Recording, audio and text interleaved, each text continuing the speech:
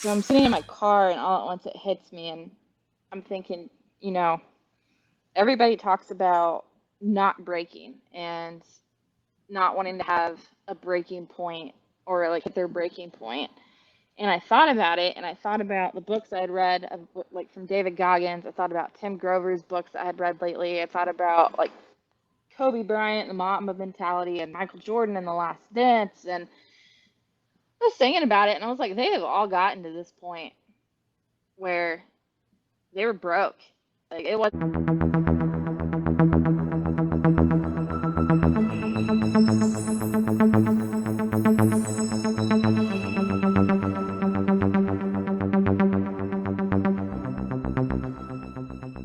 Yo, what's up? What's up? Welcome back to another episode of Cave or Conquer. I am Tommy, I'm and this Robbie. is this is late. this is we can this is we can never get this right. No, which is fantastic. It adds so much of an element to the podcast. So anyway, this brings us. Let's start off with our gym peeve of the week, and we have discussed this. One of the biggest gym peeves of the week is restroom etiquette, locker room etiquette, shower etiquette. Look, Mm. listen, sir, you ain't got to be buck naked with all your everything hanging out. You know what I'm saying? Like, hey, have your shorts right next to you, just slide in your drawers, do your thing, and then keep it moving. I ain't trying to see all that. You know what I'm saying?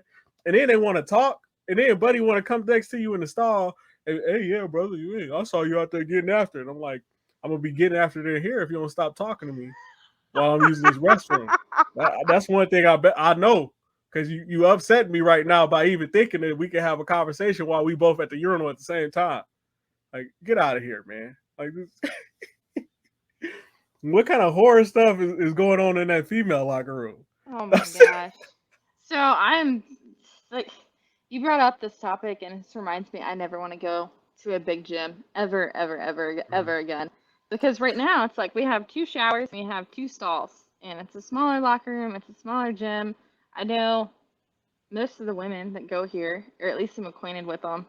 So it's not so bad. But I remember being back at Fort Rucker in flight school, and there was this girl, literally gave me a flashback to Fort Rucker. Thanks, Tommy. There was a girl, and she would get out of the shower. She had the towel at the shower, and she didn't wrap it around her. She threw it over her damn shoulder, and then would just like walk to her locker. It's like, what? What was the point of even having a towel? And she would do this just every day. And I mean, I'm not talking like she was just hanging out, breasts out, vagina out, ass out, just over the shoulder, put her little sandals on, and off she'd go. I was just like, for goodness sake. Granted, And I don't I'm know, like, maybe what? I'm weird, but it just, no. And where you get that? That's some movie stuff, because you really only see that in movies. Like people get out the shower, dry off, and throw it over their shoulder. I'm like, nah, throw it around your body and stop playing with us. Stop playing with me, player. You little nasty. And then, nah, I See, just can't. I get set up. One, yeah, like, it's not as bad as it used to be. I used to be super, super, super, super scared to be naked around people. Mm-hmm. Obviously, by some of like my Instagram posts, like I did some like implied and some actual like nude photography. Like it's getting better. Again, though, time and place and intention for it. And so when I'm in the gym and I'm getting ready to shower, like I have to shower at the gym. I get like my pants and my shorts and all that stuff. It's ready like on top of my back. So as soon as I get to it, Yeah. it's coming on. But my sports bra, my underwear, all that shit is like right by the shower, somewhere it's not gonna get wet. And as soon as the shower's done, before I get out of the shower, I dry off, I grab my undershit, and then I put it on, and then I walk out. It's like, I don't know. Well, and that's one of those things that I like. It's weird. I'm exactly the same way. Like I literally got my little square of my drawers, my socks, whatever I need right there. My towel, everything like a close vicinity, so I can just swap out and be done. You know what I'm saying? I'm like, how do people not understand that? And like, but also you got to realize like a lot of people. I don't know. Sometimes I don't know. I got no answers. I got no answers. I just know it's weird because people go from extremes. They're like, oh yeah, I'm not comfortable with my body to like, I'm way too comfortable. I'm like, hey, you stay comfortable at home, not here, player. Yeah. So this this leads to our topic of the day. So when to push and when to pull. This was brought up by Coach Jenkins. So what why did you select when to push and when to pull, and what how does that affected your life? So I had an event happen this weekend, and who knows, like maybe it was like a spiritual intervention that I needed because since then, like a bunch of other just enlightening, just mental things have happened since. But that's for another podcast, a different day. Um, but I've been grinding out. So we started this prep at 16 and a half weeks from show date. So I was basically like right at 10 and a half weeks in. Um, we've been dialing down. Cardio's going up, up, up, up. Food's going down, down, down, down. And then I basically was controlling my volume and my intensity when it came to like the actual workouts themselves because the workout program that had been written out for me, I was just like, there's no way, like with this amount of cardio, this little bit of amount of food, like my body's not gonna be able to sustain that. I won't keep any tissue. I'll just run my body in the ground. Well, come Saturday, I hadn't done anything yet. I had eaten breakfast. Um, didn't have to do cardio. Like at that point, was up to like 6 times a week. I was just still at 5. So get up, I eat breakfast, I go to the gym. But as I'm walking around in the morning, like I don't feel right. And there is a point in bodybuilding where you're gonna get there, like your muscles, like your body is gonna break down. You get to a point where biologically, like inside your body just knows that you're in kind of like a starvation mode. And you're getting to a really low body fat. And like the trick with bodybuilding is to fuel yourself in such a way where it's like your body doesn't get so scared of just like starving to death that it keeps you from losing fat because you want to Hmm. get that conditioning in. So you have to really balance like refeeding your body. So it's like, okay, like we can let go a little bit. Um, and I think what had happened is I hadn't had a refeed, um, which is where it's not where I go out and eat everything that I want, but like you have a day that's much, much higher in calories and carbs. Um, so your body knows that like, hey, like food's still coming, and it kind of gives it a nice little break, for lack of better terms. Um, Hmm. hadn't had one of those, and I just like I said, I couldn't. It just wasn't right. I was getting up to walk, like the effort it took just to walk from like one room to the another was insane. My headspace wasn't right. I was all over the place. And then I got to the gym and I felt nauseous. And, so I would talk to my husband. In the 3 years we've been together, he could count on 2 fingers how many times I'd gotten sick. Um, Hmm. and both of the times that happened, like I ended up being in the ER. So like when I get to that point, like that is a huge red flag for me.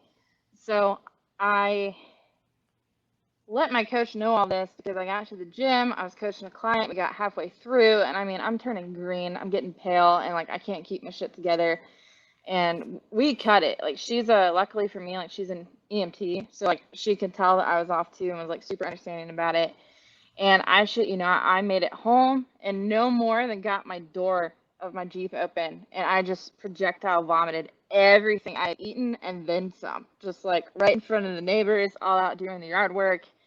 Like there was no holding it in any longer. And then I got out of the car and was just like shaking, feeling super weak. And I got scared. I was like, you know, I felt like my body was at a breaking point, my mind was at a breaking point.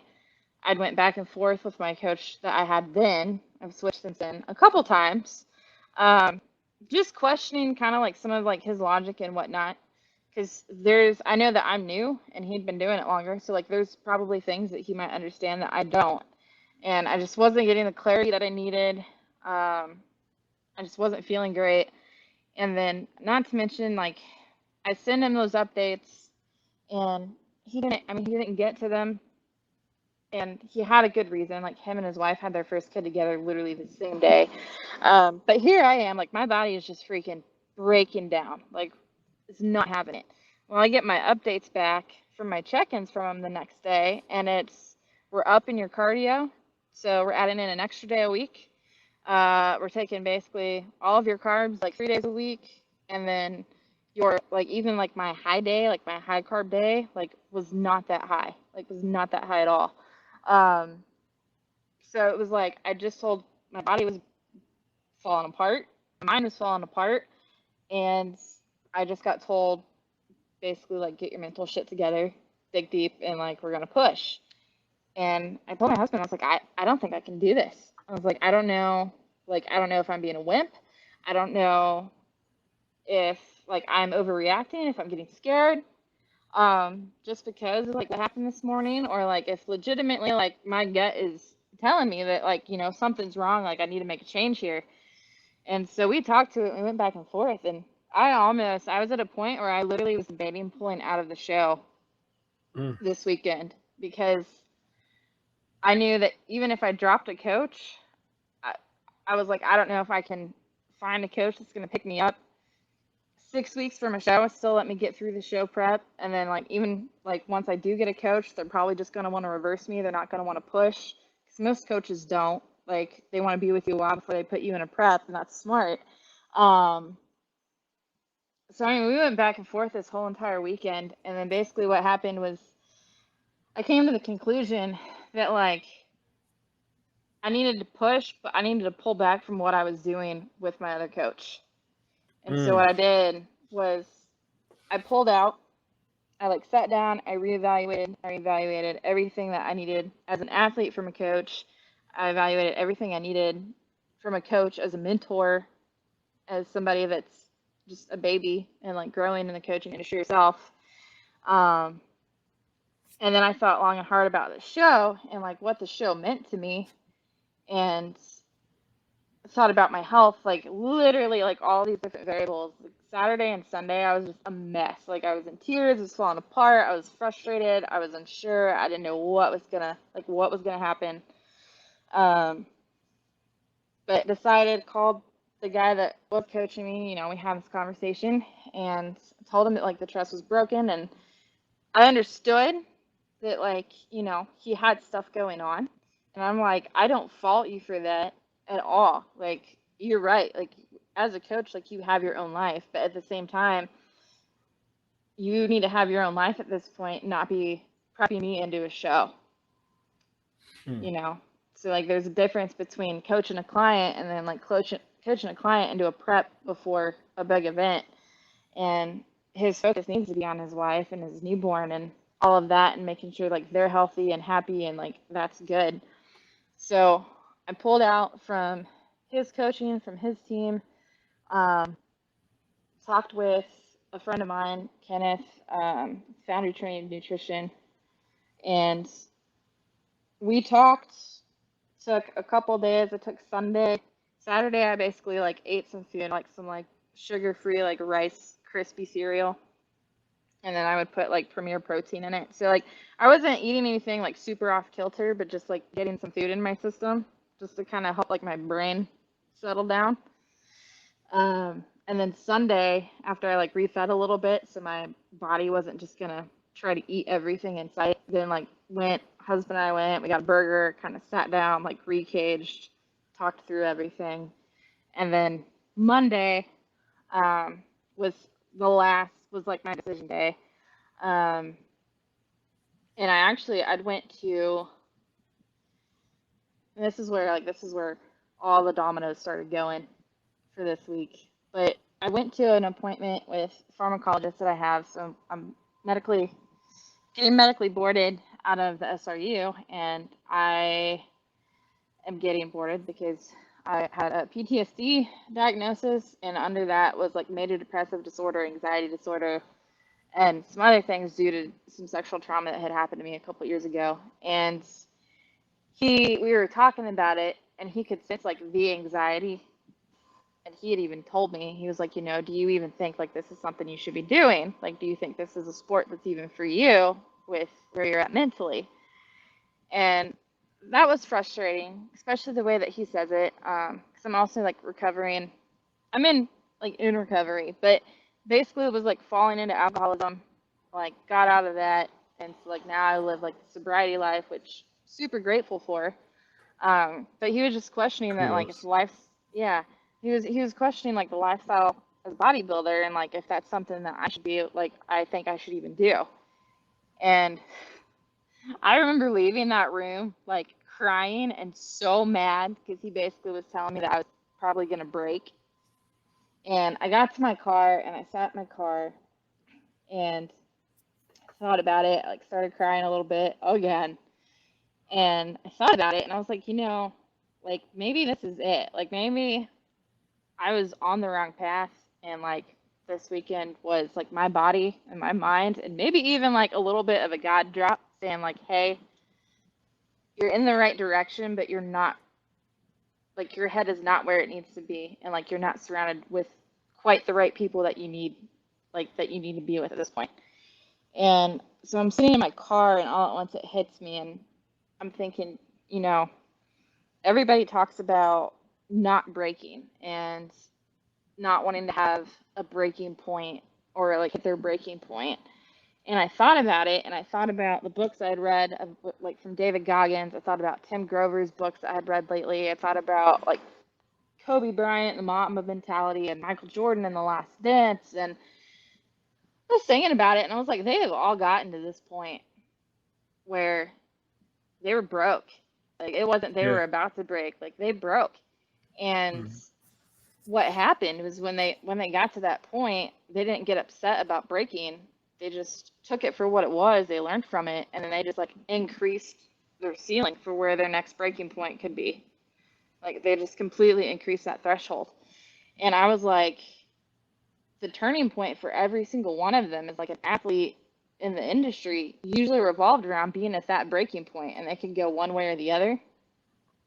And like that was like their moment where they were either about to like level and step their game up, or they could have just stayed back in the shadows. And I was like, this is it. Like, regardless of whether I ended up placing overall, like obviously I'd still train my ass off for it, but like this is what this prep's about. I was like, this isn't about me necessarily going pro. I'm like, but this is about me having the first prep of my life where I'm not running from any like demons in my closet.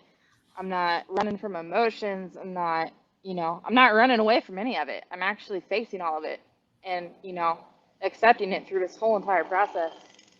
And so I thought about like the words that he said in the appointment and I was like, you know what? Like, I need to fucking break.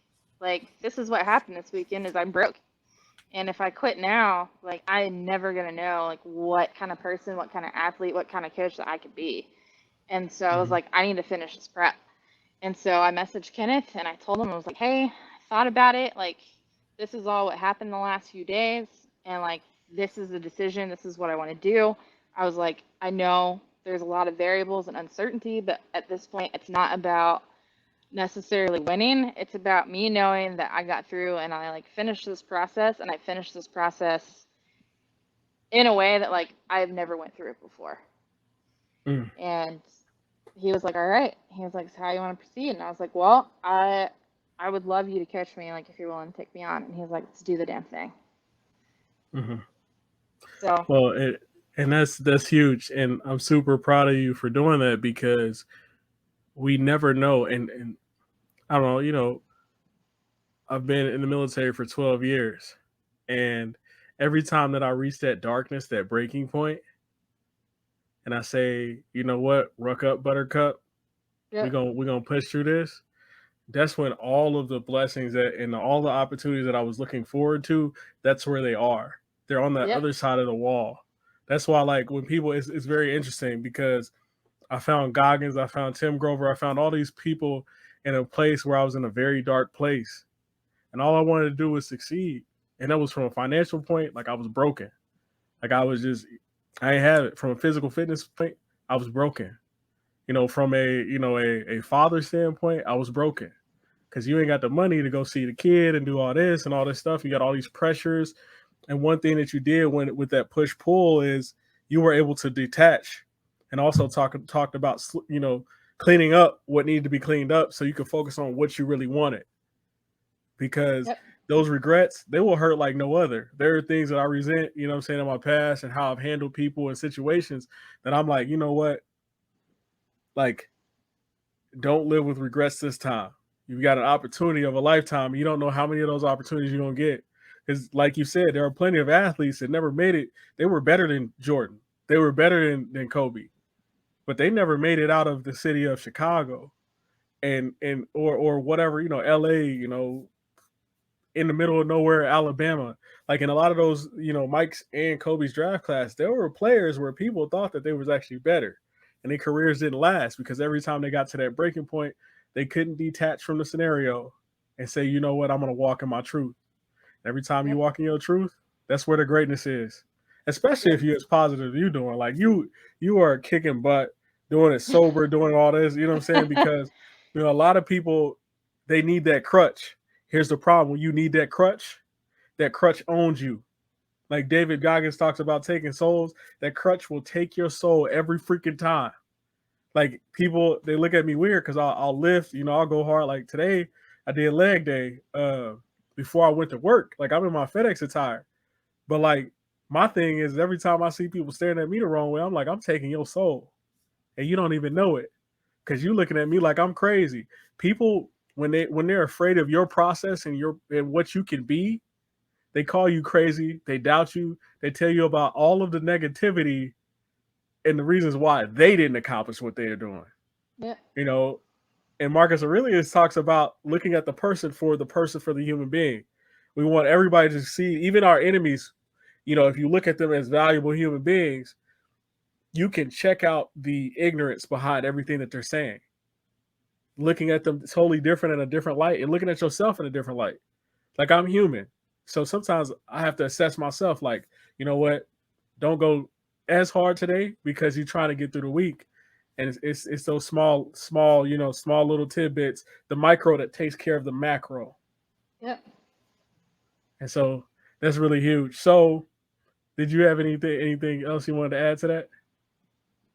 No, like I said, there's a lot that I could talk about this week. But I think I need to break that down and like send you like an Yeah. outline format of it because it's just Yeah, for sure. Yeah. And we it's can cut it it up. it's been awesome. It's been an awesome Uh-huh. week, and there's a lot that I have to share, but not Nah, not for you're good. all for one podcast. So yeah, document, get it sent in, and we'll chop it up on the next podcast. We got plenty more podcasts to come because I think what we're doing right here is truly magical. So this leads us to the Reddit Q&A question of the day: how often should I work out / lift weights?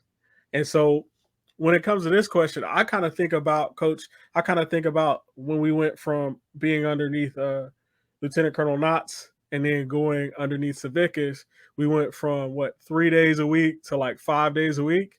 Hmm. And a lot of times I even saw like the younger cadets, like they had that fire because they were born into the new regime, right? And so they were actually hitting the outside of the gym and on top of that working out the 5 days a week because they had an etiquette. So what say you, Coach, about how often should a person work out, especially when they get, let's start off at the beginner level. How often would you say somebody should work out? So I'd say at the beginner level, you need to take the most important thing that you need to do as a beginner is take a hard, honest look at what you want from working out. Are you talking general, just some like general fitness to feel better? Um, and then look at your lifestyle and what you want out of it. So if you're wanting more time, like more social time, more time with your family and whatnot, if you start going balls to walls in the gym like an elite athlete, like it's going to have a big impact on those things as well. So really, this is going to be one of those where I say it depends. When you're a beginner, you don't need a lot at first to make some major changes. A lot of my clients that hadn't ever really done any weightlifting before, um, I mean, I'd only have the strength training a few days a week, do cardio like 3 times a week. So it all depends on what do you want health wise, what do you want with your physical goals and your athletic goals, and what are you willing to trade off Mm. time-wise. So I Well, feel like the answer to all of those three questions, like that's what's going to ultimately dictate how often. well, and that's cool that you say that too, because as humans, like we're very resilient, but we have to be flexible with our schedules as well. So Hmm. often, what I find, coach, is I will, sometimes if I'm rushing in and they releasing the drivers early and everything is on time, like with work, like I Hmm. will just go ahead and go to the warehouse, do my workout. Deliver all the packages, and then I'll go do my workout after work. It's kind of one of those spacing things, because I think people realize like they get caught up in that New Year mentality where Mondays I got to be in there, which is great, right? Mondays you should be in there because that's the beginning of the week, and it's gonna make everything else in parallel seem like small beans because you conquered that mental attitude to get in there. But if you beat yourself up because you missed a day or something happened, now you're mad at the person, right? And you're mad at yourself and you're mad at the process. Yeah. And in that process, often people decide not to even do it, they're like, I ain't even gonna bother with that. So that New Year, New Me comes up with Planet Fitness making hella bread without you or a crunch or wherever work out, making a lot of money off of you because they know people are inherently lazy. Like I get that way. I know Coach Jenkins gets that way. You know what I'm saying? We all get into that kind of mode. Um, but they know that they can get the money off of you because you ain't never gonna show up at the gym. Except for the Yeah. pizza days and get some of them Tootsie Rolls. Hopefully they got the purple ones, you know what I'm Oh my God. saying? Ugh. So that's awesome. I appreciate you, giving the advice about, that balance. Beginner, know Yeah. your goals. Stop going in there willy-nilly, and that's why you quit willy-nilly. Yep. Get a coach. Get you a coach. Get you a even coach. even if it's for like the first few months or two, just to even figure out how to identify what it is you want. Like sometimes you just need somebody to help ask you the right questions. Like ask yourself the right questions. Like a lot of times people already know the answer. It's just they need somebody to help guide it out of them. So Mm-hmm. I mean, even if not for like a long term, just go get a coach. Go get a coach to help you out. I mean, in these days, you have a plethora of options. They have a bunch of online coaches because of COVID and things like that. Like people that can actually walk you through those things. Don't be Yep. don't be afraid to be intentional, deliberate, and innovative with your process because it'll help you in the long run. So this is another episode of Cave or Conquer. We appreciate you guys and gals and whatever you go by because we respect it all, right? You know what I'm saying? Out here, we believe it, you know what I'm saying? Hey, whatever you want to be called, that's what we're gonna call you. You know what I'm saying? So um, if you have any questions for the podcast, you can reach us at Tommy Lee at proprag.com. That's Tommy Lee, proprag.com. We appreciate you. I'm Tommy, I'm Robbie. and this is Cave or Conquer.